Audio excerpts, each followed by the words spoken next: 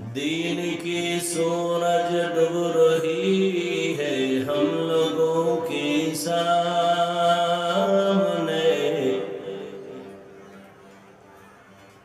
दीन की सूरज डूब रही है हम लोगों के सामने।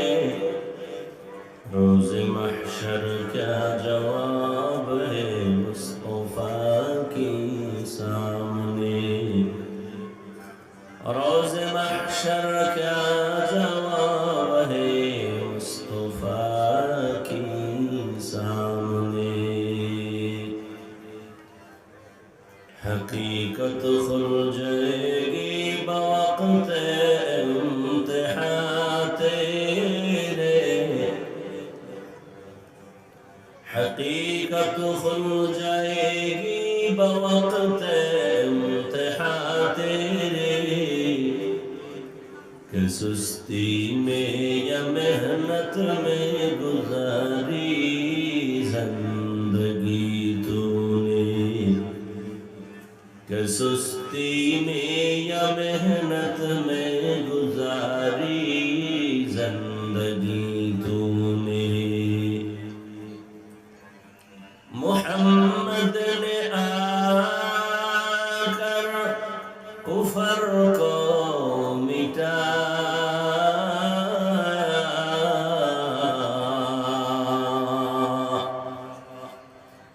मोहम्मद ने आकर कुफर को मिटाया। कुफर को मिटाकर सदाक़त बताया। कुफर को मिटाकर सदाक़त बताया। कमा फव्वल मकानन अला मकान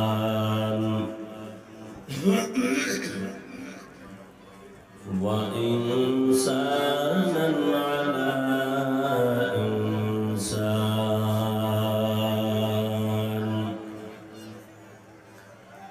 और अशहदु अन ला इलाहा इल्लल्लाह वहदहु ला शरीक लह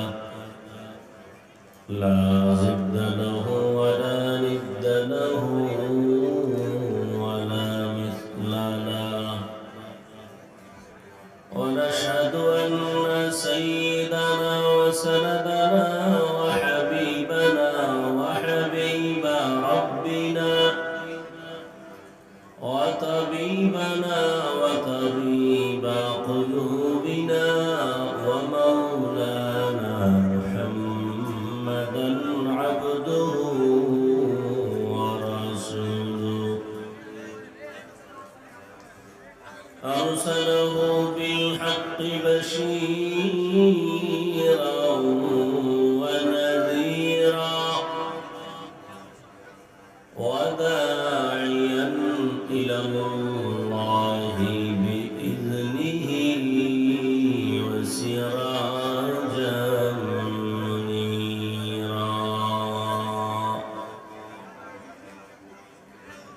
اللهم صل على محمد النبي الأمي وعلى آله وسلم تسليما.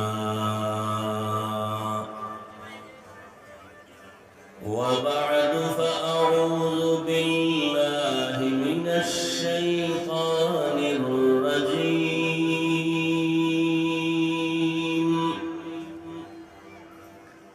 بسم الله الرحمن الرحيم.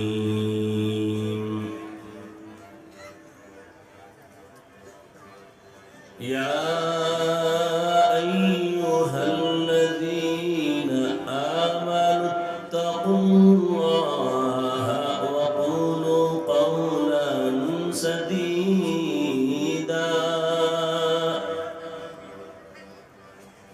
يصلح لكم أعمالكم ويغفر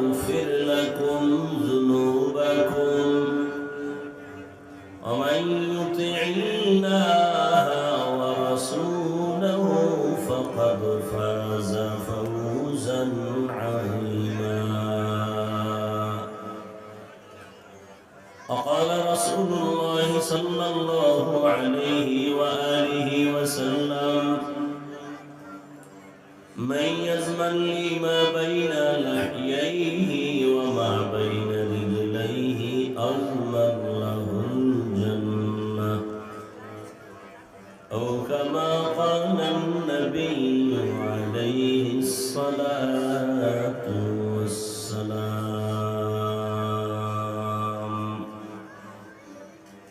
صدق الله مولانا العظيم وصدق رسوله النبي الأمي الكريم ونحن على ذلك من الشاهدين والشاكرين والذاكرين والحمد لله رب العالمين. سبحانك لا علم لنا إلا ما علمتنا إنك أنت العليم الحكيم. رب اشرح لي صدري ويسر لي أمري واحلل عقدة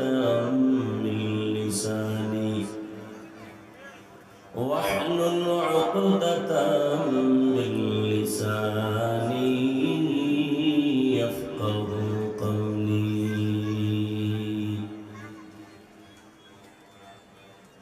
دین کی سورج ڈوب رہی ہے ہم لوگوں کے سامنے.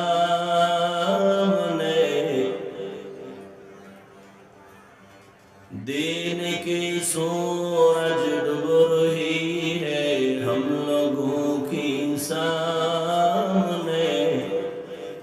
روز محشر کیا جواب ہے مصطفیٰ کے سامنے. روز محشر کیا جواب ہے مصطفیٰ کے سامنے. حقیقت کھل جائے گی بوقت امتحان تیرے.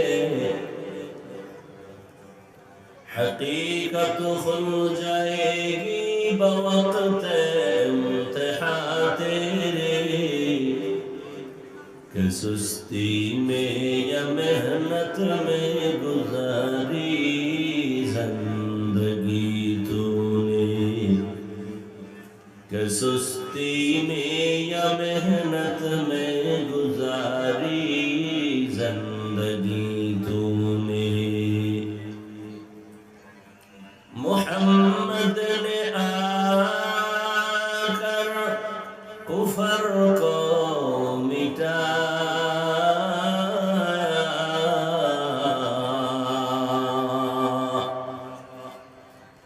محمد نے آ کر کفر کو مٹایا.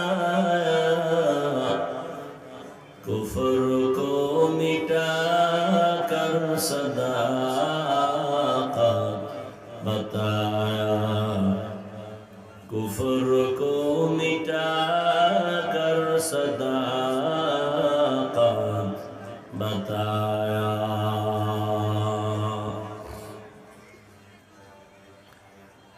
রহিমনগর বাজার ব্যবসায়ী ও যুব সমাজের উদ্যোগে আয়োজিত ইসলামী মহাসম্মেলন 17 জানুয়ারি 2025 রহিমানগর হাই স্কুল মাঠে আয়োজিত মহতী এই মহাসম্মেলনে উপস্থিত মহতারাম সম্মানিত সভাপতি হযরত উলামায়ে কেরাম,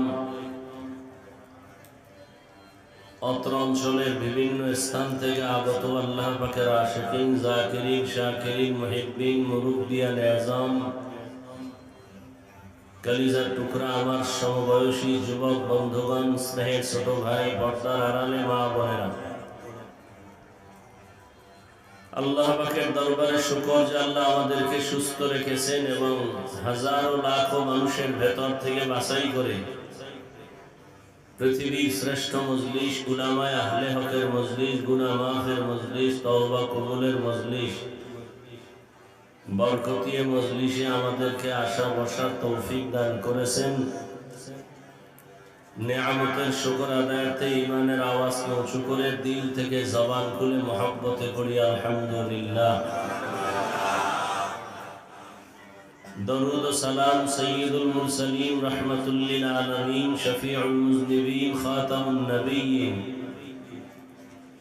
সৈয়দুস সাকালাইন ইমামুল মুরসালিন শফিউ আযম রাসূল আকরাম রাহমাতে আলাম নবিয়ুল আরব ওয়াল আজম حبیب کبریا اشرف الانبیاء سید الانبیاء شفیع محشر ساقی کوثر آقا نامدار مدینہ کا تاجدار آفتاب نبوت فخر موجودات سید المخلوقات حضرت محمد رسول اللہ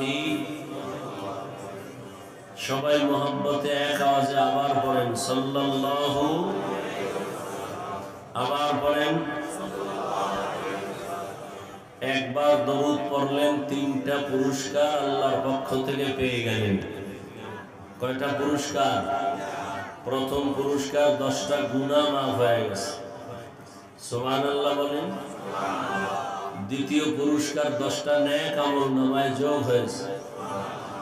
তৃতীয় পুরস্কার আল্লাহর আদালতে আপনার আমার মর্যাদা 10 গুণ বেড়ে গেছে। দরুদ এমন একটা পাওয়ারফুল আমল যে দরুদের আমল দায়ী ভাবে লাগাতার করবে, দুনিয়াতেও সে লাভবান হবে, আখিরাতেও লাভবান হবে।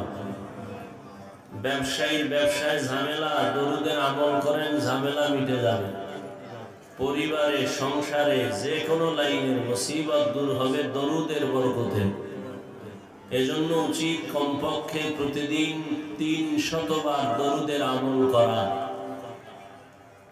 সারাদিন তো ব্যস্ত, ঘুমের আগে বিছানায় বসে তসবিহ একটা হাতে নিয়া, এরপরে ওযু সহকারে, সময় বেশি থাকলে নামাজের দরুদ, না হয় সংক্ষিপ্ত দরুদের আমল 300 বার করে ডান কাতে কিবলার দিক চেহারাটা ঘুরায় ঘুমাবেন।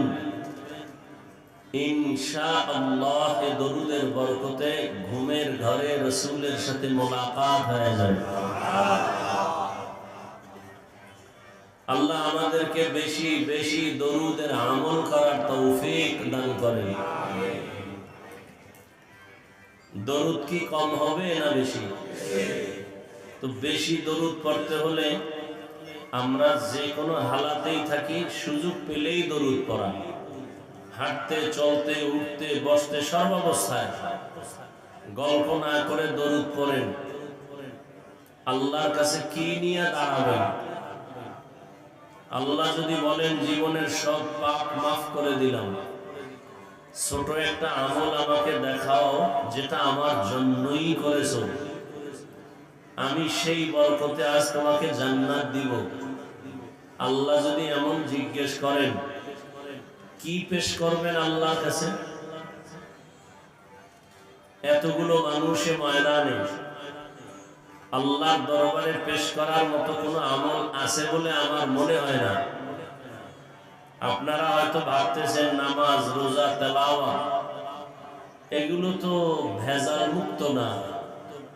এর মধ্যে তো ভেজাল, তাকওয়া নাই, ইখলাস নাই, রিয়া, কিবির, হাসাদ। দান করি দেখানোর জন্য, অমুকে কত দিছে 500, আমি 1000 দিব, আমার নাম হবে। একা একা নামাজ পড়ি, 10 রাকাত নামাজ পড়তে আমার 5 মিনিট লাগে না। আর লোকালয়ে যখন নামাজে দাঁড়াই, 4 রাকাতে আমার 5 মিনিট চলে যায়। তাহলে আমল তো আল্লাহর জন্য একনিষ্ঠতার সাথে হয় নাই।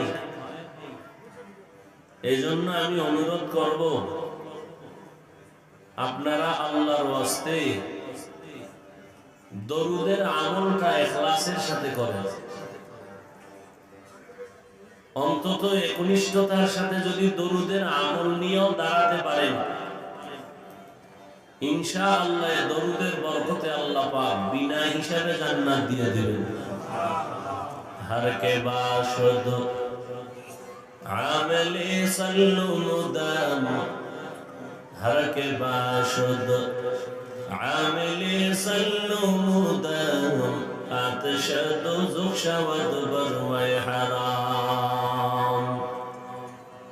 আবার বলি, আল্লাহ আমাদের সবাইকে বেশি বেশি দরুদের আমল করার তৌফিক দান করেন। এটা এখানে দেওয়া লাগবে কি জন্য? মানুষ জানে না তবু মাইক।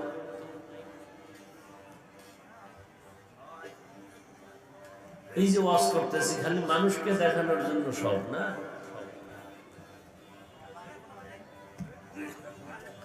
আল্লাহ মাহফিল কবুল করেন, হেদায়েতের জন্য কবুল করেন। আল্লাহ মাহফিলের বরকতে পুরা এলাকায় শান্তি দান করেন। আল্লাহ মাহফিলের বরকতে কবরওয়ালাদেরকে জান্নাত দান করেন। যারা বেঁচে আছেন আল্লাহ সুস্থতার নিয়ামত দান করেন। মুসলমান হিসেবে আপন হয়ে চলার তৌফিক দান করেন। ভাই, আজকে আমরা দলাদলিতে প্রতিযোগিতা লাগাইছি। কে দলাদলি করে, কে কারে নিচে নামাবে, কে উপরে উঠবে। আমি তাদেরকে বলছি যারা ধর্ম নিয়ে দলাদলি করে। দুনিয়ার লাইনে তো দলাদলির অভাব নাই। দুনিয়ার লাইনে দেখেন না এক এক দল, এর মধ্যে আরো কিলাকিলির দল আছে 13টা, আছে না?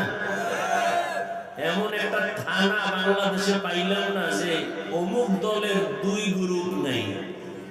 সব জায়গায় গ্রুপ লিডার একটা আর একটারে মারে।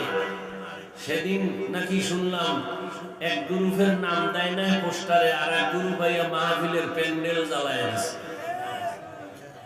আমি যে মাঝে মাঝে কই স্বাধীন স্বাধীন কইরা যে তোমরা নাকে তেল লাগায় ঘুমাও।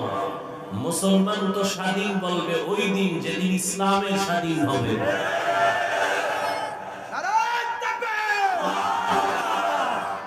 মুসলমান তো স্বাধীন। কিসের স্বাধীন? স্বাধীন যদি হয় চট্টগ্রামে আইনজীবীর গলা কাটা হয় কেন? মুসলমানের স্বাধীন, ইসলামের স্বাধীন। ওই দিন মুসলমান স্বাধীন বলে নাকে তেল লাগায় ঘুমাবে নীরবে। যেদিন বাংলাদেশের প্রত্যেকটা মুসলমান উলামায়ে কেরাম সিনাকে টান করে উম্মতের দ্বীনের কথা বলবে, কোন সুদখোর হারামখোরের থেকে অনুমতি নিতে হবে না। মুসলমান তো স্বাধীন বলে আরামে ঘুমাবে সেদিন যেদিন দেশের প্রত্যেকটা মসজিদ আর মাদ্রাসার কমিটির মধ্যে কোনো বেনামাজি থাকবে না। শিয়ালের হাতে মুরগি দিছে 3 দিনের আমানত। শিয়াল বলে একদিনও না দোয়া চাই, মাফ চাই। জিন্দা কেন মরাও দেওয়া হবে না। শিয়ালের হাতে মুরগি আমানত দেওয়া যেমন বোকামি, ধর্মের চাবি সুদখোর ঘুষখোর বেনামাজির হাতে দেওয়াটাও তেমন বোকামি। ধর্মের চাবি হারামখোরের হাতে বেনামাজির হাতে দিছে কে? জিবরাইল। কে দিছে? কি আমরা কইতে লজ্জা লাগে? ভোটের আগের রাতে টাকা খাইতে লজ্জা লাগে নাই? সারাদিন স্লোগান দিছি ইসলাম চাই, ভোটের আগের রাতে হারাম পায়খানা, ভোটের টাকা খাইয়া সকালবেলা বলে কেবলা ভিন্ন। কি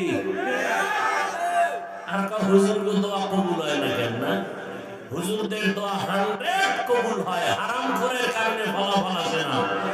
সুদখোরদের কারণে, ঘুষখোরদের কারণে, দুর্নীতিবাজ চরিত্রহীন রংপুরদের কারণে ফলাফল আসে না। আল্লাহ সব ভাইকে হেদায়েত দান করুন। দলাদলি ধর্ম নিয়া অমুকে কোন টুপি দিল, অমুকে কোন টুপি দিল, সব বাদ দিয়া বলো রাসূলের আদর্শের সুন্নাত টুপি দিছে, এটা মানো।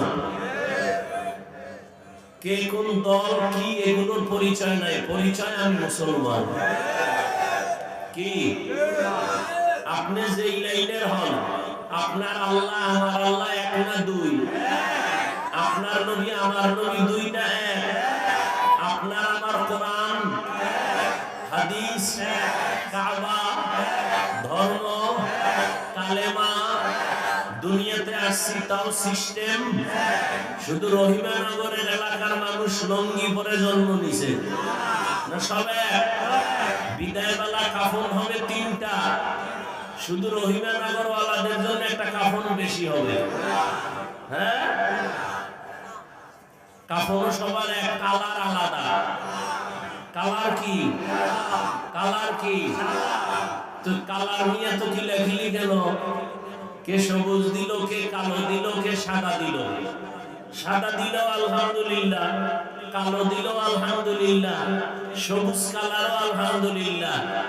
মূল কথা, মোবাইল তুমি সিটিএসএল চালাও, ওয়ারিড চালাও, এয়ারটেল চালাও, তুমি গ্রামীণ চালাও, নেটওয়ার্কের সাথে লাইন থাকলেই হলো। কপাল ভরা বুঝো না, তুমি কালো টুপি দাও, সাদা দাও আর সবুজ দাও, মদিনার টাওয়ারের সাথে লাইন থাকলেই চলবে। কিলেকিলি কেন? এত হিংসা কেন অন্তরে? তাকওয়া বেশি এই জন্য। আল্লাহ হেদায়েত দান করুন। কাফনের কালারও এক, কবরের সাইজও নাকি একটু এই এলাকার কবর এক হাত বড়। মরণের পরে কবরে রাখার পরে প্রশ্ন তিনটা হবে না আলাদা হবে? আমারও যেই প্রশ্ন আপনাকেও সেই প্রশ্ন, ধনীকে যে প্রশ্ন গরিবেরও একই প্রশ্ন, সবার বেলায় প্রশ্ন এক। রবের পরিচয় দাও, ধর্মের পরিচয় দাও, রহমাতুল লিল আলামিনের পরিচয় দাও, তো সবই এক। আজকে আমি চরমনাই, আপনি তাবলীগ, আমি কওমি, আপনি আলিয়া, ভাগাভাগি করেন, কি লাভ হবে? যেদিন সাদা কাফনে ঢুকবেন কোনো ভাগ থাকবে? কাফনের উপরে লেখা থাকবে তাবলীগওয়ালার লাশ, কাফনের উপরে লেখা থাকবে বড় হুজুরের লাশ। তাহলে কিসের এত ভাব? আমি যেই কালারের হুজুর হই না কেন, কাফনে ঢুকলে সব বাহাদুরি শেষ। থাকবে কোনো বাহাদুরি? আল্লাহ বুঝার তৌফিক দান করেন। এত দূরত্ব কেন? সালাম দেয় না, দিলেও দেয় না কেন? টুপি কেন পাস করলি? কি কারণ? কি নবী কি এরকম করছিলেন? মক্কার মানুষ ছিল পৃথিবীর নিকৃষ্ট চরিত্রহীন, আর সেই মক্কার মানুষ রহমতের নবীর সোয়াবে মাত্র 13 বছরে এত দামি হয়ে গেল। আল্লাহ জিবরাইল আমিনকে পাঠায় বলেন, যাও লিস্টি দিয়া দিলাম, এই লিস্টিতে যাদের নাম আছে নবী ঘোষণা দিয়ে দেন এরা সব বিনা হিসাবে জান্নাতি। মাত্র 13 বছরের ব্যবধানে মক্কার চরিত্রহীন মানুষগুলো জান্নাতের সার্টিফিকেট পেলেন। নবীজি পেটের বাড়ি দিয়েছেন কয়টা? গালাগালি, হিংসা। কপাল খারাপ কেন জানেন? এই আমরা নবী নবী গান গাই, আসলে 100 নবীরে ঠিক মতো চিনে না। নবীরে যদি চিনত তাহলে নবীর রঙের রঙিন হয়ে, নবীর আশেক হয়ে পাগল পারা হয়ে যেত। নবীকে এই এতক্ষণ আমাদের উজানির হযরত রাসূলের শানের আলোচনা করছেন, মেরাজের আলোচনা। কে সেই রাসূল যে রাসূলের জন্য গর্তের পিপিলিকা পাগল? কে সেই রাসূল যার 63 বছর হায়াতে জীবনে ভুলে একটা মিথ্যা কথা বলেননি? আপনি মিথ্যা কথা কোন কথা বলেন না কেন? তাহলে আপনি রাসূলের পুরা আশেক না, ভেজাল আশেক। কি আশেক? ভেজাল আশেক। নবীজির 63 বছর হায়াতে কোনোদিন কাউকে একটা গালি দেন নাই, দিছেন? আপনি গালি দেননি? যদি দিয়া থাকেন তাহলে আপনি আশেক হলো ভেজাল মার্কা আশেক, আপনি পিওর আশেক না। নবীজি জীবনে গালি দেন নাই তো দেনই নাই, হাজারো গালি রাসূলকে দিয়েছে বেঈমানরা, নবী একটা গালির জবাবও দেন নাই। এই আদর্শ যারা অবলম্বন করবে তারা মরার আগে বিজয় হবে ইনশাআল্লাহ। আমাকে একটু বলেন, বেয়াদবি সবার থেকে ক্ষমা চেয়ে নিচ্ছি, আমি কোন দলের ব্যানারে বয়ান করি না, আমি রাসূলের দালাল হয়ে বয়ান করি। কে আমার না এই চিন্তা করে বয়ান করি না। যদি করতাম তাহলে বেনামাজি দেখলে সিসি করে তাড়ায় দিতাম। আল্লাহ আমাকে আপনাদের সকলকে সহি বুঝ দান করেন। রহমতের নবী কোনদিন একটা গালি কাউকে দেন নাই, গালির জবাবও।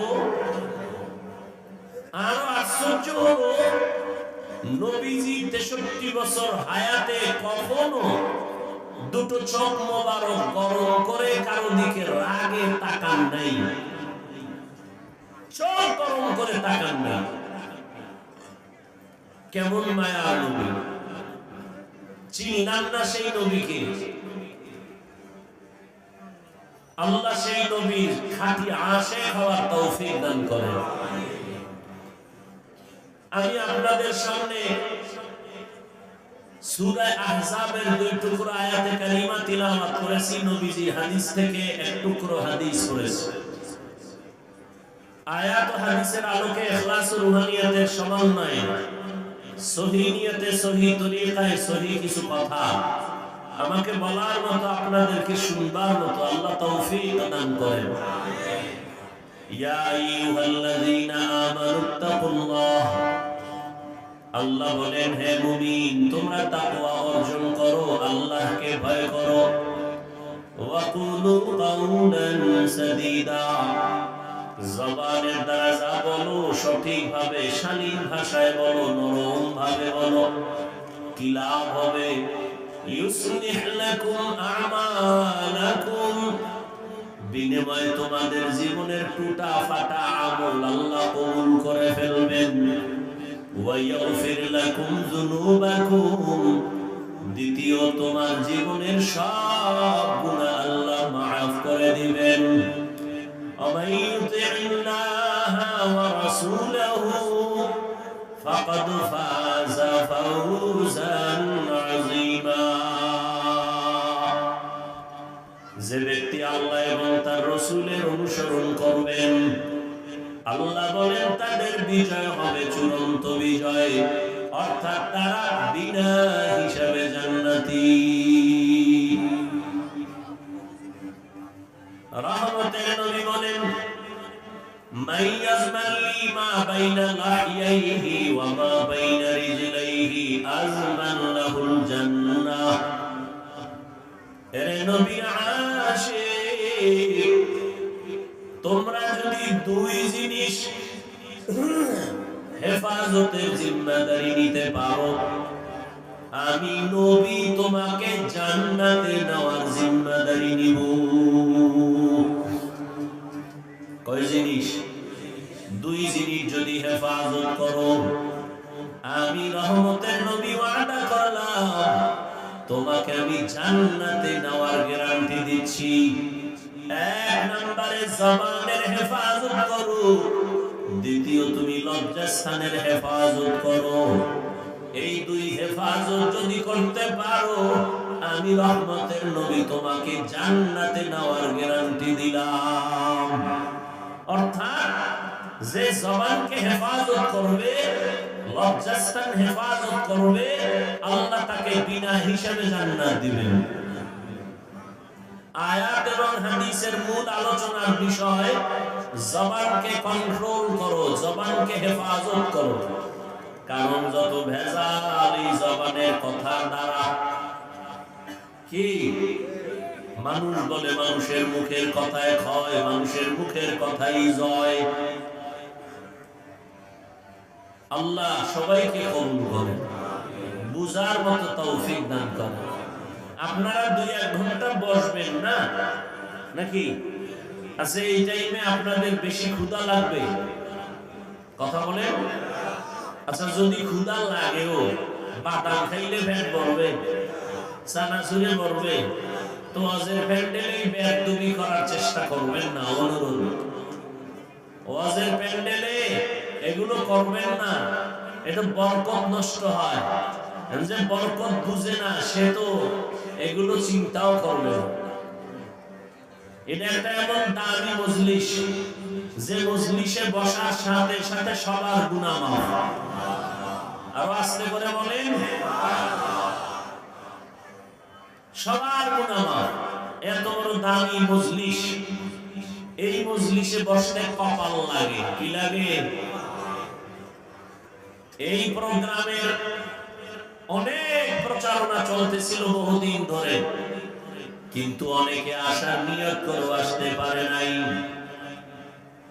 জরুরি কোনো কারণে যদি আসতে নাও পারে, সওয়াব আল্লাহ দিয়ে দিবেন।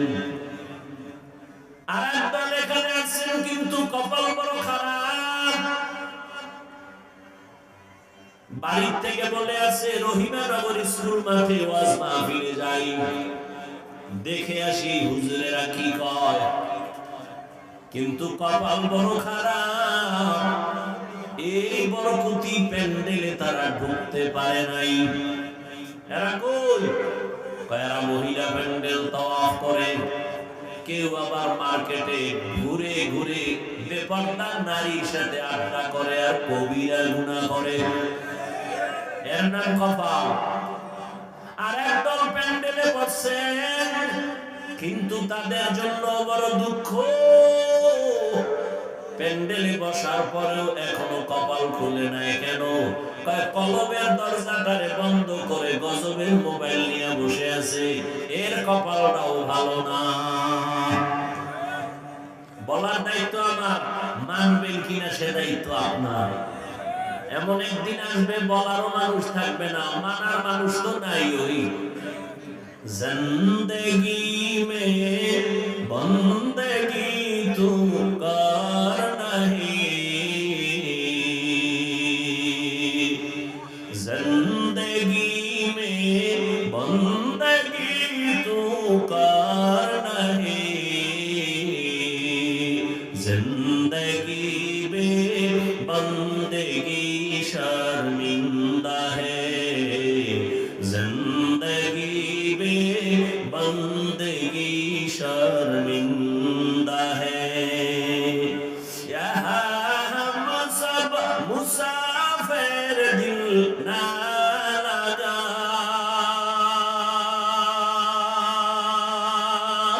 अहले दिल की नजर से रूह करता जा,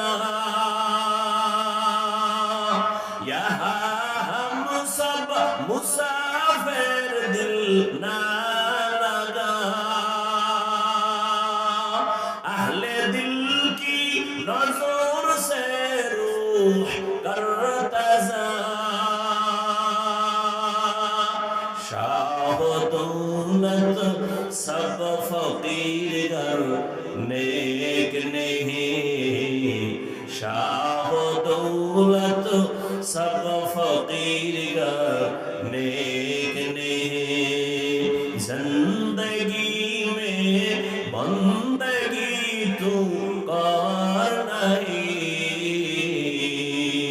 जिंदगी में बंदगी तू कर नहीं, जिंदगी में बंदगी शर्मिंदा है, जिंदगी में बंदगी शर्मिंदा है, जिंदगी में बंदगी कुल बंदगी, बंदगी में जिंदगी शर्मिंदगी। অন্ধকারে বসে রইলাম। এশার নামাজের পর আমার হুজরায় সূর্যের উদিত হলো, রহমতের নবী আসলেন। রহমতের নবীর চেহারা মোবারকের আলোতে আমার ঘর আলোকিত হলো। আমি সুইটাকে খুঁটির গোড়া থেকে পেয়ে গেলাম। ইমামুল আউয়ালিন আল আখিরিন, বাহরে সাদকা রাহমাতাল লিল আলামিন মান আহাব্বা সুন্নতি কওলে রাসূল মাজদায়ে কানা মাই হামকুল কবুল। কেমন কপাল ভরা, যেই নবীরে দেখার জন্য জঙ্গলের প্রাণীরা বড় আসে, ওই নবীকে একদিন আর একবার না, একটানা 13 বছর রহমতের নবীকে দেখলো, বয়ান শুনলো, এরপরেও ওই কপাল ভরার কালেমা নসিব হলো না। এত বড় নিকৃষ্ট বেঈমানের নাম জানেননি? ইনাম আবু জাহাল। অন্যদিকে 27 বছরের একটা যুবক একটা তরবারি হাতে নিয়ে দৌড়ায় আমার নবীকে জবাই করার জন্য। কয় বছরের যুবক? 27 বছরের যুবক তরবারি নিয়ে দৌড়ায় আমার নবীকে জবাই করার জন্য।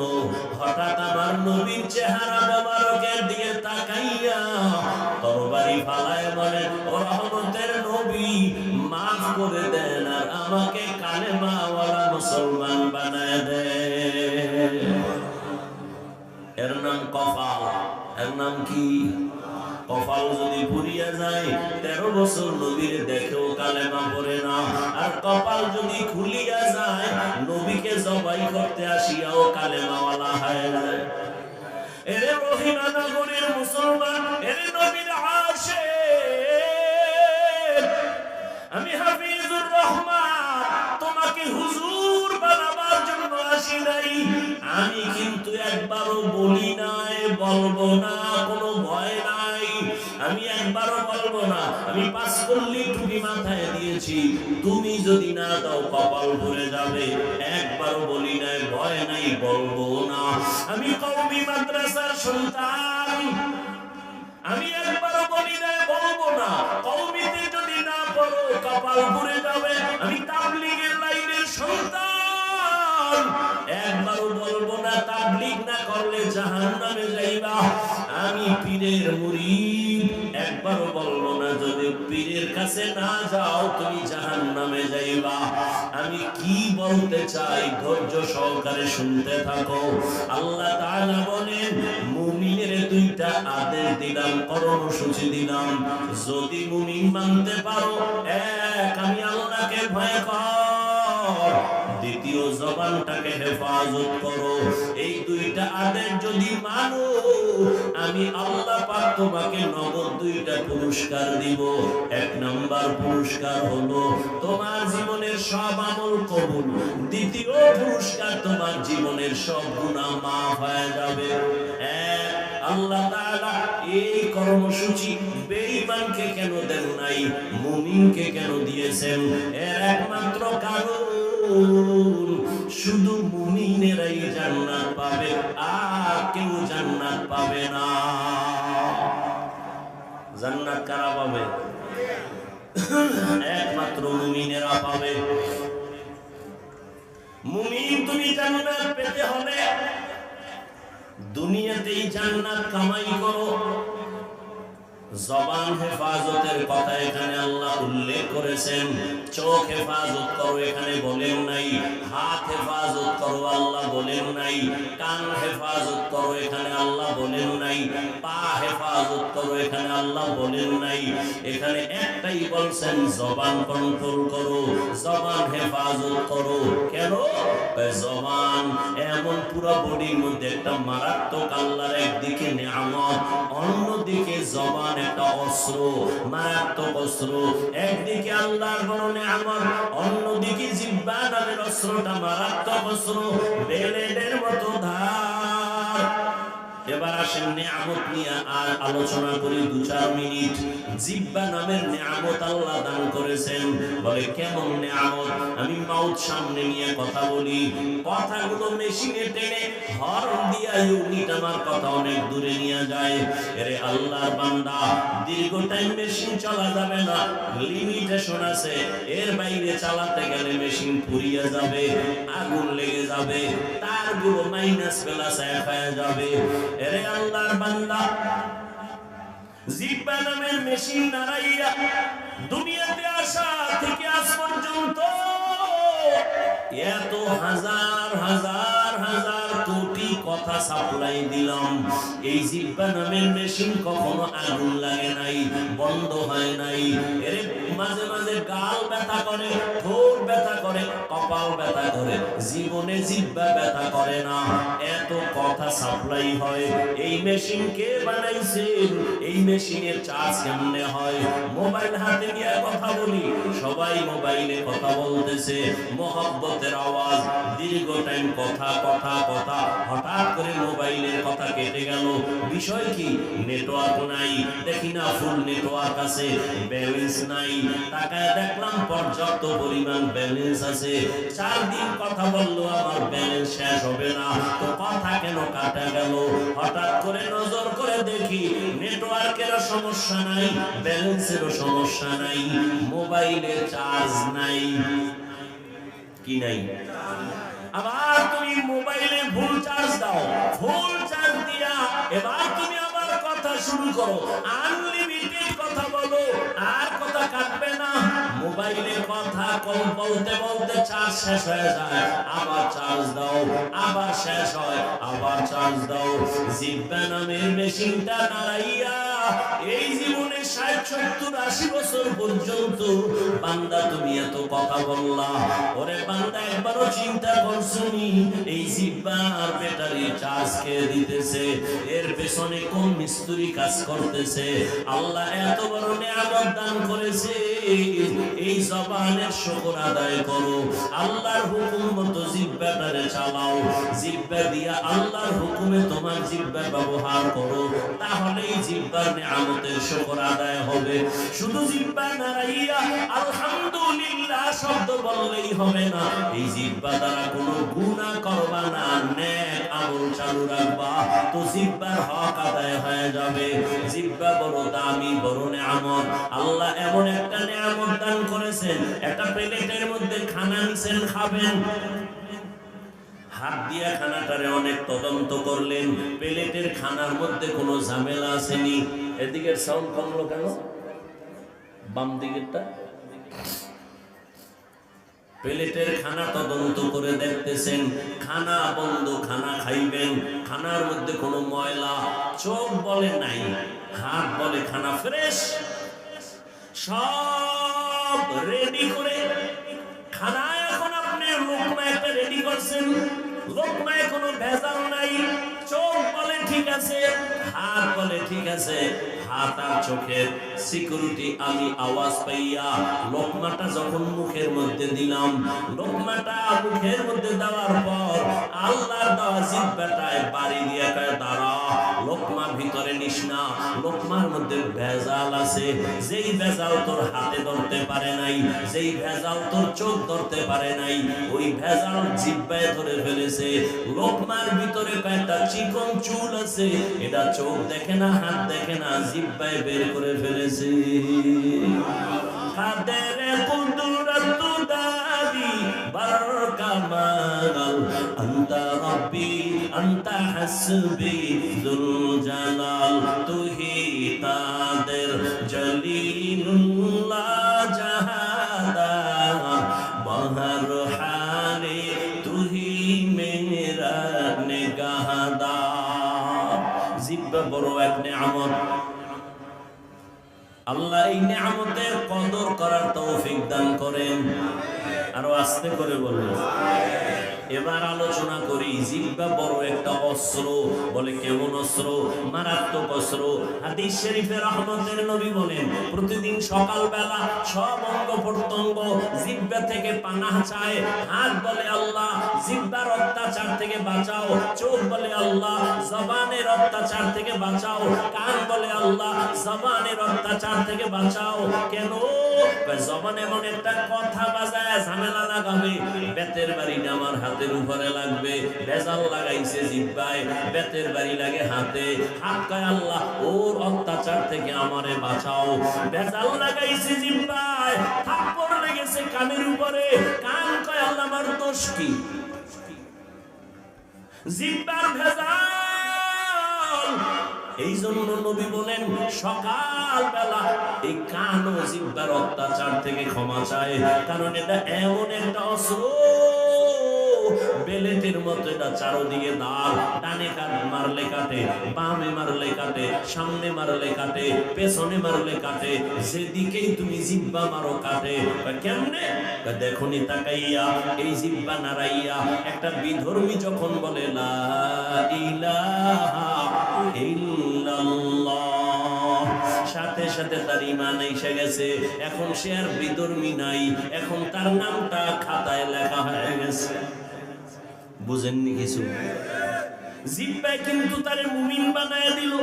আবার এই জিহ্বা লড়াইয়া কয় আল্লাহ মানি, নবী মানি, কোরআন মানি, হাদিস মানি, তবে মদিনার নবীর রাজনীতি মানি না। ঈমান কয় আমি চলে গেলাম। জিহ্বার এক কথায় মুমিন আর এক কথায় বেঈমান। আল্লাহর নবী রাষ্ট্র পরিচালনা করেছেন, সুলাইমান নবী গোটা দুনিয়া শাসন করেছেন, এই ইউসুফ নবী মিশরের অর্থমন্ত্রী ছিলেন। এই ঘটনা কি কোরআনে নাই? রাষ্ট্র পরিচালনার বিষয় আল্লাহ সমাধান কোরআনে দিয়েছেন। আবু বকর রাষ্ট্র চালাইছেন, ওমর রাষ্ট্র পরিচালনা করেছেন, ওসমান রাষ্ট্র পরিচালনা করেছেন, আলী রাষ্ট্র পরিচালনা করেছেন রাদিয়াল্লাহু আনহুম আজমাইন। দেখা গেছেন রাষ্ট্রের ব্যাপারে ইসলাম মানুষকে যেই গ্যারান্টি দিতে পারে, শান্তি দিতে পারে, দুনিয়ার কোনো ধান্দাবাজি আর চান্দাবাজিরা দিতে পারবে না। দুনিয়ার রাজনীতি চান্দাবাজি, ধান্দাবাজি। এরে যুবক, কার পিছনে ঘুরে ঘুরে দাড়ি কামাইছো? কার পেছনে কি পাওয়ার আশায় নামাজ ছেড়ে দিছো? আল্লাহর কসম, তুই যার পিছনে ঘুরো এরা চান্দাবাজ আর ধান্দাবাজ। এই দুনিয়ায় আল্লাহর কসম তোমার একমাত্র আপন হলো উলামায়ে কেরাম। উলামায়ে কেরাম ছাড়া আর আপন নাই, পিওর নাই, সব ভেজাল। কেমন স্বার্থপর জানোনি? স্বার্থে যদি একটু আঘাত লাগে তোর দল থেকে নাম কাটবে না, কল্লা কেটে ফেলবে। সোনার বাংলার রাজনীতি বুঝো, দলের জন্য জীবন দিবি, স্বার্থে আঘাত লাগলে শুধু নাম কাটবে না, কল্লা কেটে ফেলবে। এটা সোনার বাংলার রাজনীতি। আর ইসলামের রাজনীতি, মালিক যেই প্লেটে খাবে গোলাম একই প্লেটে খাবে, কর্মচারী কাজ করবে, ঘাম ঝরার আগে বেতন দিয়ে দিবে। এটা ইসলামের রাজনীতি।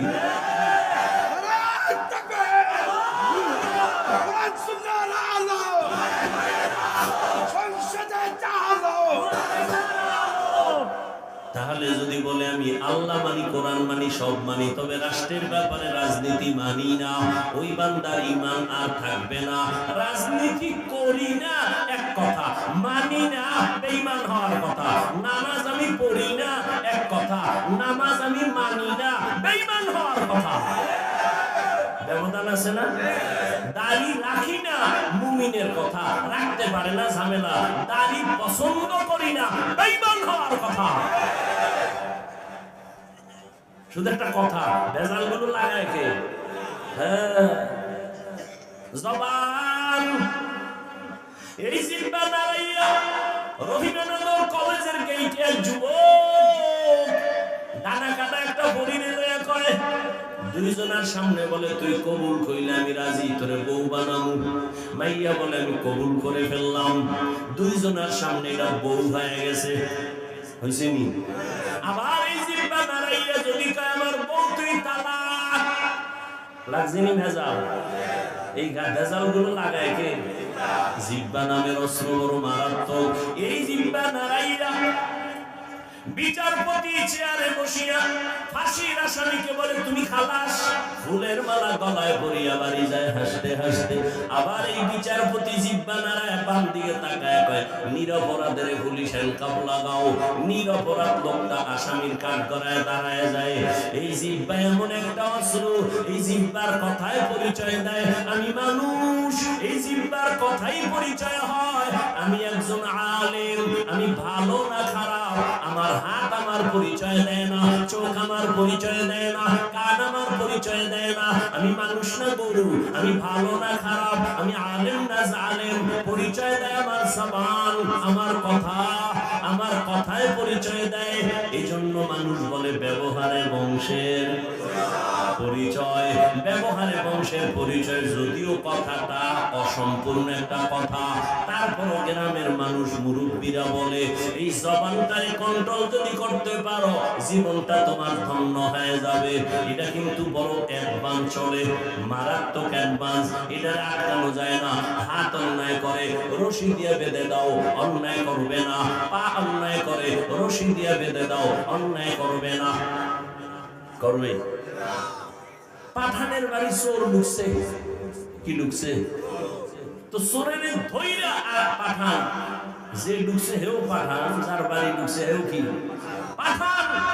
ধইরাই খুঁড়ির লাগে বাইন্দা পাও দুইটা রে থানায় গেছে কচুয়া গিয়ে কয় স্যার চোর একটা ধইরা বাইন্দা ফেলাইছে। কেমনে বাঁধছো? পাও দুইটা খুঁড়ির লাগে বাইন্দা দিছে। আর বাঁধছো? না আর বান্ধি না। তুমি কি পাগল নাকি? চোরাই তো রশি খুলে চলে যাবে।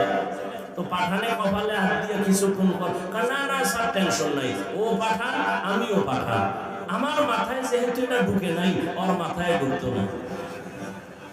ও সিসা টাকা পাওয়ার হালবে হাদিয়ার আশায় চল বাড়ি গিয়ে দেখি চোরার অবস্থা কি। ও সিয়া দেখে সেই কুলের বলো কুলির গোড়ায় বইয়ে গেছে, ওইভাবে বসে আছে। হাত অন্যায় করে বেঁধে দাও, অন্যায় করবে না। পা অন্যায় করে বেঁধে দাও, আর অন্যায় করবে না।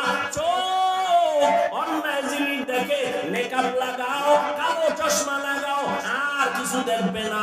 কান অন্যায় কথা শুনে পট্টি লাগায় দাও, আর কান পণ্য অন্যায় কথা শুনবে না। জিহ্বা তো আমার, এটা কেমনে আটকাবো? রশি দিয়ে আটকাবো, কয় পারা যায় না। কষ্টে লাগাবা, কয় তাও লাগবে না। সুপার গ্লু লাগাও, হবে না। কারণ জিহ্বা এমন এক বড় নেয়ামত, অল টাইমের সাথে আল্লাহ একটা ঘাম পানি দিয়ে রাখছে। এই পানি যদি শুকায় যায় মানুষ মরার অবস্থা হয়ে যায়। ডায়াবেটিস বেড়ে গেছে, তাড়াতাড়ি ঔষধ খাও, ডাক্তার দেখাও।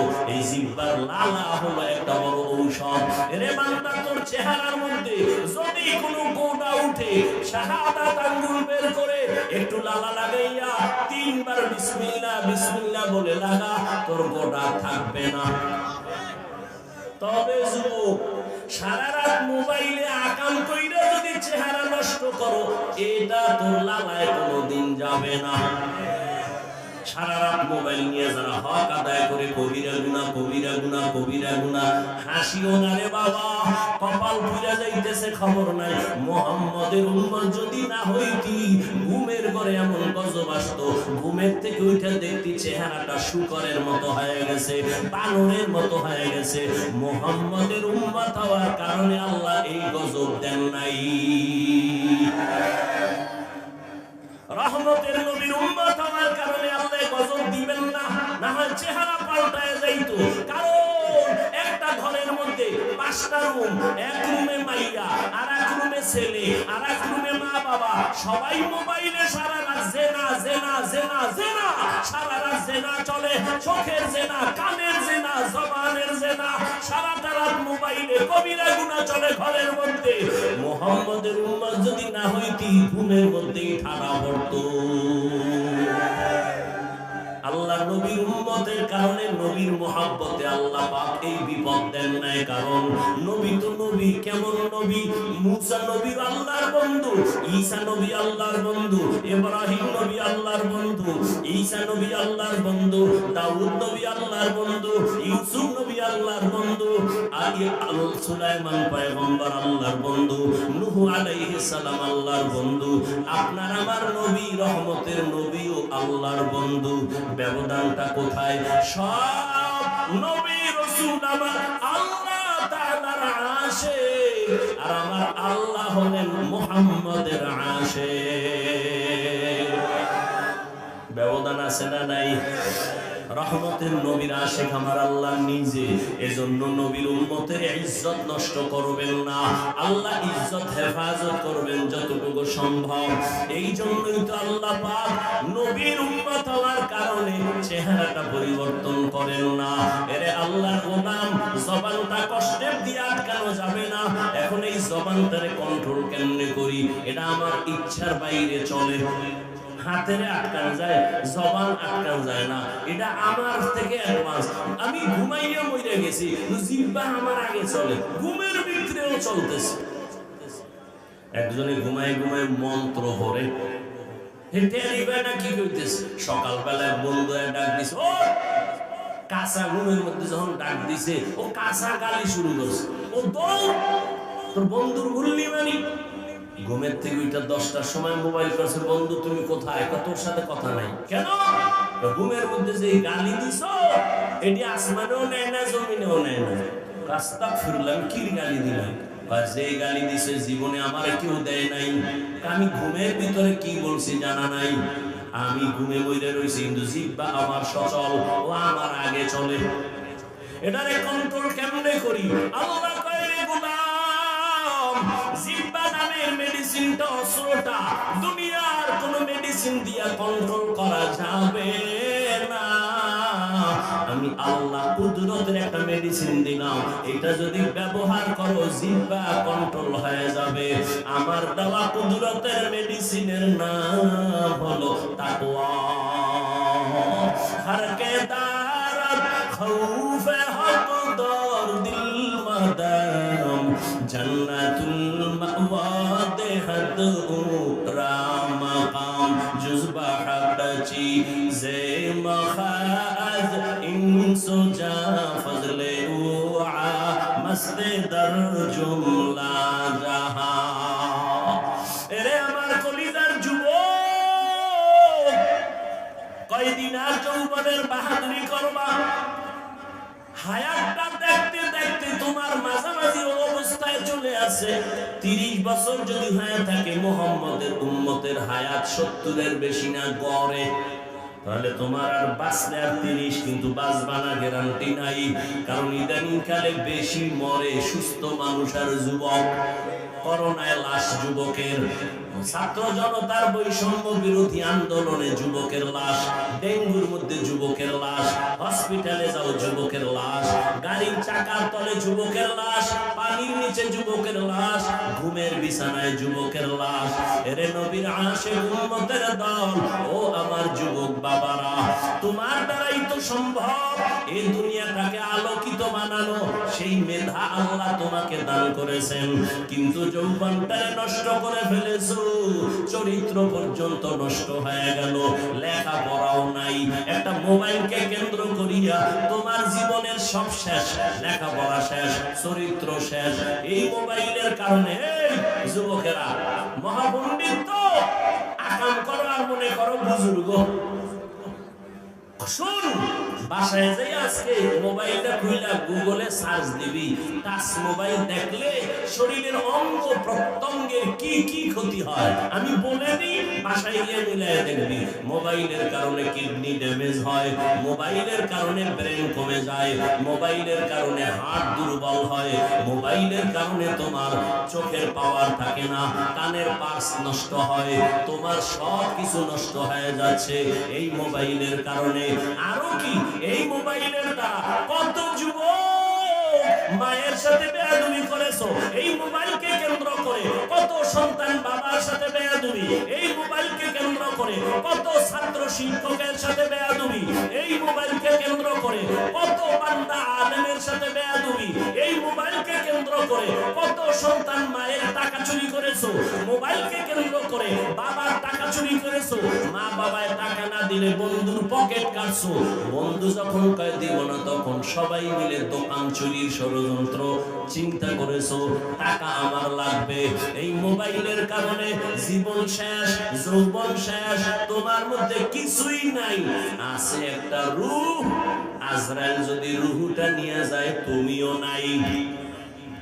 হেদায়েতের মালিক আমার আল্লাহ বলে গেলাম, পায়ে ধরে বলি রে যুবক, শুরুতেই বলেছিলাম তোমার আমার আল্লাহ এক, নবী এক, কোরআন এক, কাবা এক, ধর্ম এক, কালেমা এক, মরণ এক, কাফন এক, কালার এক, কবরের সাইজ এক, প্রশ্ন 3টা তাও এক। কিন্তু তোমাকে কেন বয়ান করা লাগবে? তাবলীগওয়ালাদের বয়ান, পীর মাশায়েখের বয়ান, উলামায়ে কেরামের বয়ান, জুমার দিন খতিবের বয়ান, এত বয়ানের পরেও কেন তুমি টুপি পড়তে চাও না? কেন তুমি দাড়ি রাখতে চাও না? কেন তুমি নামাজ পড়তে চাও না? কি বুঝাইতে চাও যে আমরা ভুলে আছি? তাহলে কোরআন শরীফ থেকে একটা ভুল বের করে দাও। রহিমানগরের মানুষ সাক্ষী থাকো, কোরআনের একটা ভুল যদি বের করে দিতে পারো, এখন দাড়ি কেটে ফেলবো, প্যান্ট শার্ট টাই লাগায় তোমার মতো নাচ গান শুরু করব। আর যদি রহিমানগরের যুবক বাবারা বলো না হাফিজ ভাই আপনারা উলামায়ে কেরাম সঠিক লাইনে আছেন, আমরা শয়তানের ধোঁকায় পড়িয়া আমরা সঠিক লাইনে নাই, গুনার পথে আছি, আমি তোমাকে গালি দিব না, বরং বিনয়ের সাথে বলবো ও আমার যুবক, যদি তুমি পা দুটো আগাইয়া দাও আমি নিচে নেমে তোমার পায়ে ধরে বলবো দাড়ি কেটে আর নবীরে কষ্ট দিও না রে যুবক, নামাজ বাদ দিয়ে আবার আল্লাহকে বেজার করিস না রে বাবা। আরে মানুষের মনে শখ থাকে, ওই গান দেখলে না জানি কি মজা, মোবাইল চালাইলে না জানি কি মজা, মজা নিছো না, এবার একটু তওবা কর। আমরা তো একবারও নিতে পারি নাই, বড় এখন থেকেই কন্ট্রোল করে আসছি, ছোটবেলার থেকেই কন্ট্রোলে নিয়ে আসছি, এরপর বারবার ক্ষমা চাই, দোয়া চাই, আল্লাহ চোখের মোবাইলের গুনাহ থেকে বাঁচায় দাও। আর তুমি তো মোবাইলের গুনাহ করছো, মনে চাইছে পার্কে দৌড়াবি গেছো, আর কত, এবার পায়ে হাত রেখে বলি ফিরিয়া আসো। ওরে জীবনে তো কম নামাজ ছাড়ো নাই, আরো কি ছাড়বা? এখনো কি তোমার আশা পূরণ হয় নাই? আর কতদিন নামাজ বাদ দিলে তোমার আশা পূরণ হবে? তারপরে তুমি তওবা করবা। জীবনে তো দাড়ি কম কাটো নাই, আর কতদিন দাড়ি কাটলে তোমার মনের আশা পূরণ হবে? তারপরে তুমি তওবা করবা। আর কত জীবনে মাইয়ার চরিত্র নষ্ট করলে তোর মনের আশা মিটবে, তারপরে তওবা করবি। আর কতবার বেপরদায় চললে, পার্কে পার্কে ঘুরলে মনের আশা মিটবে, তারপরে তওবা করবা। বলো, এবং এটাও বলো তোমার হায়াতের আর বাকি আছে কতদিন? নাই, হায়াতের বাকি নাই, চোখের সামনে শুধু লাশ আর লাশ। অনুরোধ করে বলছি রে যুবক, জীবনে তো মনের আশা পূরণ করে গুনাহ কম করো নাই, এখন থেকে তওবা করে নাও। ওরে আল্লাহর বান্দা, আমি তোমাকে বলি না স্কুল বন্ধ করে মাদ্রাসায় যাও না, খবরদার, কোনো দরকার নাই। আমাদের মাদ্রাসায় হুজুরের অভাব নাই, আলেমের অভাব নাই। আমার দেশে আলেম অনেক বেশি, মুফতি অনেক বেশি, মুহাদ্দিস বেশি। আমার দেশে এখন অভাব হলো ভালো ডাক্তার নাই, ডাকাত আছে ডাক্তার নাই। আমার দেশে ইঞ্জিনিয়ারের দরকার, আমার দেশে প্রফেসরের দরকার। স্কুলে পড়ে কলেজে পড়ে ডাক্তার হও, ইঞ্জিনিয়ার হও, প্রফেসর হও, ব্যবসায়ী হও, চাকরিজীবী হও, তবে আমার দাবি বেয়াদব হইও না। তোমার ব্যবহারে কোনোদিন যেন মা বাবা কষ্ট না পায়, তোমার আচরণে কোনোদিন যেন শিক্ষকেরা কষ্ট না পায়, তোমার আচরণে কোনোদিন উলামায়ে কেরাম যেন কষ্ট না পায়। লিখে রাখ, যদি মা বাবারে কষ্ট দাও মরার আগে পঙ্গু হয়ে যাবি। শিক্ষকের সে থেকে যদি কষ্ট দিয়া বরদোয়া নাও, লেখাপড়ার জগৎ থেকে হারিয়ে যাবি। যদি আলেমের কলিজায় আঘাত দিয়া বরদোয়া নাও, জীবনে আর চরিত্র খুঁজে পাবি না। অতএব অনুরোধ করে বলি, ডাক্তার হও, প্রফেসর হও, ইঞ্জিনিয়ার হও, বেয়াদব হইও না। এবার বাস্তবে একটু তুমি তাকায় দেখো, তোমার মতো যুবক জীবনে মাদ্রাসায় পড়ে নাই, আলিফ বা তাও শিখে নাই, স্কুল কলেজে পড়ে জেনারেল লাইনে থাকিয়া 5 বেলার নামাজ পড়ে আসেনি। অশেষ। এই যুবক, বাসায় যাইয়া দরজা জানালা আটকাইয়া বাতি দিবে ফলাবি একা অন্ধকারে, পায়ের জুতা খুইলা তোর কপালে বাড়ি দিবি আর বলবি এই কপাল পড়া। তোর মতো যুবক স্কুল কলেজে পড়ে যদি নামাজ পড়ে, তুই পারো না কেন? তোর কপালে কার বরদোয়া লাগাইছো? জুতার বাড়ি দিয়া নিজের কপালকে সোজা কর। তোমার মতো যুবক র্যাব, আর্মি, পুলিশ, বিডিআর এর চাকরি করে নামাজ পড়ে, বলো তুমি কেন কেন পারবা না? রহিমানগর বাজারে কত দোকানওয়ালা তোমার মতো জেনারেল লাইনের 5 বেলার নামাজ পড়ে, নামাজ ছাড়ে না। বলো বাবা তুমি কেন পারো না? তোমার মতো যুবক doctor, professor, engineer, OC, DC, SP 5 বেলার নামাজি নাই, তুমি কেন পারবা না? তোমার মতো যুবক কৃষি কাজ করে, নদীর মধ্যে মাছ ধরে, নামাজ ছাড়ে না, তুমি কেন পারবা না? ঢাকা কলেজে যা, জাহাঙ্গীরনগরে গিয়ে দেয় ক্লাসের ছেলে কলেজে ক্লাস করে, মাথায় পাগড়ি লাগানো, দাড়ি অনেক বড়, জামা অনেক বড়, পিছন থেকে তাকাইলে মনে হয় মসজিদের বড় খতিব। এই যুবক বাবা তুমি কোন মসজিদের খতিব? বলে নাউজুবিল্লাহ, আমি তো আরবি ভালো করে পড়তে পারি না। তো তোমার এমন কেন করো কি? ঢাকা কলেজে পড়ি, মাথায় পাগড়ি, গালে দাড়ি, লম্বা জামা কেন? মা বাবার দোয়া আর উলামায়ে কেরামের নেক নজর লাগাইছি। আমি বানায় বলতেছি, তাহলে তোর কপাল অবশ্যই পোড়া, তোর কপালে অভিশাপ লাগছে। না হয় কেন তুই নামাজ পড়তে পারো না? নবীজি তো বলেছেন বাইনাল আবদি ওয়া বাইনাল কুফরি তারকুস সালাহ, মুমিন আর বেঈমানের মাঝে ব্যবধান নামাজ। বেঈমানেরা নামাজ পড়ে না, মুমিনেরা নামাজ ছাড়ে না। ও যুবক বাবা বেয়াদবি মাপ চাই, পাও ধরলে যদি বলো মাফ করবা, বলো আমি নিচে নেমে আসি, রাগ কইরো না। তোমাকে দূরে সরাবার নিয়ত না, কলিজা দিয়া মোহাব্বত লাগায় বলতেছি, যদি পাও ধরলে নামাজ পড়ো আর নামাজ ছাড়বা না, বলো পায়ে হাত রেখে বলি নামাজ আর ছাড়িও না। তোমার মতো যুবক জেনারেল লাইনে থেকে নামাজ পড়ে, বৃদ্ধ বাবাজিরা আপনার মতো কত বুড়ারা মসজিদে গিয়া নামাজ পড়ে, আপনারা কেন পারবেন না? ও পর্দার আড়ালের আম্মা জানেরা, আপনাদের সন্তানদের যত কথা শুনাইলাম, এই কথাগুলো যদি বাস্তবায়ন করতে হয়, আপনি মায়ের দোয়া লাগবে, কারণ মায়ের দোয়া ছাড়া, চেষ্টা ছাড়া সম্ভব না। কারণ কাজ ভালো হলে ফল ভালো হবে, মা ভালো হলে সন্তান ভালো হবে। এর আম্মা জানেরা, আপনাদের এত সম্মান আল্লাহ দান করেছেন, আপনারা নবীদের মায়ের মতো দামি মা, সাহাবায়ে কেরামদের মায়ের মতো দামি মা, আপনারা তো হাফেজে কোরআন আলেমদের মায়ের মতো দামি মা। এই দুনিয়াতে যত ভালো ভালো সন্তান আছে, সব মায়ের অবদানের কারণেই আছে। এরে আম্মা জান, আপনারা তো আয়েশা রাদিয়াল্লাহু আনহার মতো দামি নারী, ফাতেমা রাদিয়াল্লাহু আনহার মতো দামি নারী, খাদিজা রাদিয়াল্লাহু আনহার মতো দামি নারী। এরে আম্মা জানেরা, আপনারা তো ইসমাঈল নবীর মা হাজরা আলাইহা সালামের মতো দামি নারী, আপনারা তো ঈসা নবীর মা মারইয়াম আলাইহা সালামের মতো দামি নারী। এই দুনিয়ার আল্লাহর বড় দুশমন ফেরাউন, জানেননি তার স্ত্রীর নাম কি? এই ফেরাউনের বিবি আসিয়া এত বড় বেঈমানের ঘরে থাইকা টাকা ক্ষমতা ফালাইয়া আল্লাহকে এত আপন করেছেন। রহমতের নবী বলেন কিয়ামতের দিন আসিয়ার সাথে আমি মুহাম্মদের সাথে বিবাহ হবে। আরে আম্মা জানেরা, আপনার স্বামী তো ফেরাউনের মতো খারাপ না। আপনি কি পারতেন না স্বামীটাকে বুঝাইয়া নামাজি বানাবেন?